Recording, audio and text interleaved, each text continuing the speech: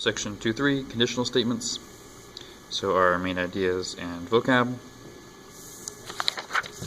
So a conditional statement is something that can be written as an if-then form.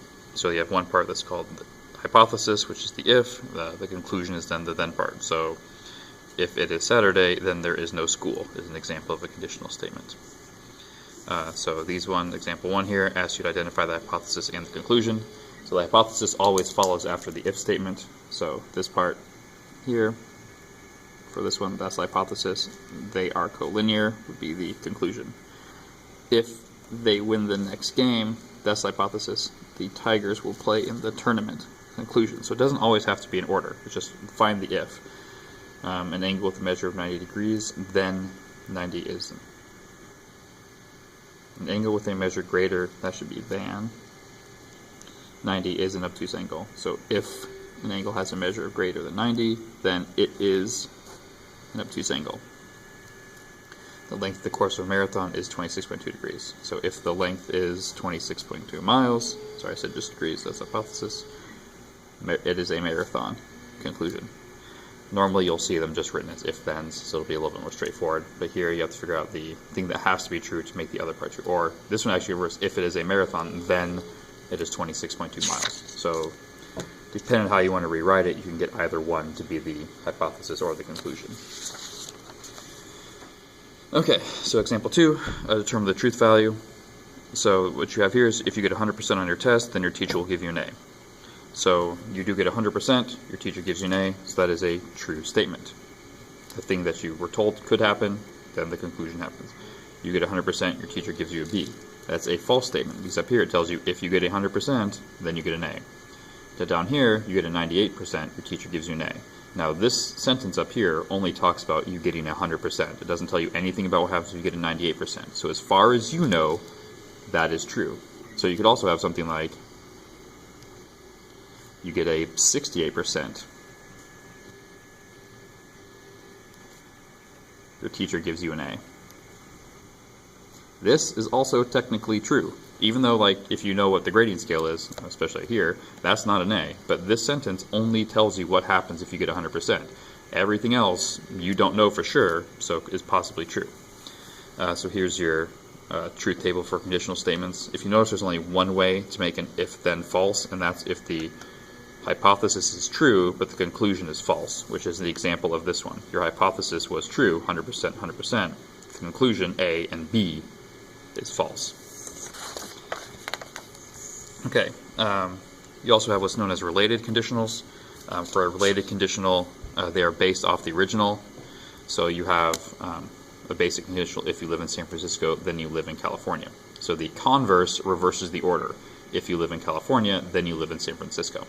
So for example, this statement is true, but this statement is false. Just because you live in California doesn't mean you live in San Francisco. The inverse adds a not to the original if and then. If you do not live in San Francisco, then you do not live in California. That one's also false, because just because you don't live in San Francisco doesn't mean you don't live in California. Now the contrapositive, the last one, does both the converse and the inverse. It switches the order of the if and the then and adds a not to them. If you do not live in California, then you do not live in San Francisco.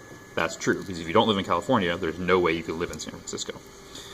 So then here's your lovely key concepts. So the conditionals themselves, have the rules to do them, and then the symbolic one. So this one, hard to read, P, then Q. This one, the converse, reverses the order, Q then P. The inverse adds the knots, and the contrapositive adds the knots and reverses the order. Okay, so here's a truth table for all of them. So this is the original conditional, this guy is the converse, this guy is the inverse, and this one is the contrapositive. So if you notice though, the conditional and the contrapositive always match, trues and trues, false and false, true and true, true and true. Same thing is true for the converse and the inverse. If the converse is true, the inverse is true. If the converse is false, the inverse is false. Alrighty, so last example here. Write the converse, inverse, and contrapositive of the following, and then determine whether each is true or false. So here, linear pairs of angles are supplementary. So that is a true statement. So to write the converse, you switch the order.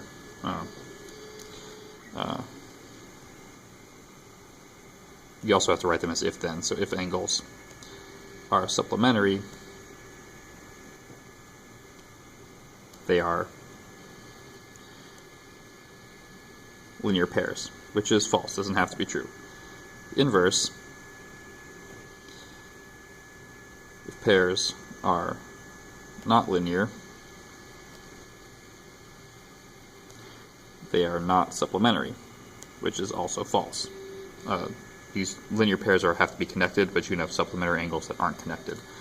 And then the contrapositive does both. If they are not supplementary, then they are not linear pairs. Which is true, because if you know they're not supplementary, there's no way for them to be linear pairs.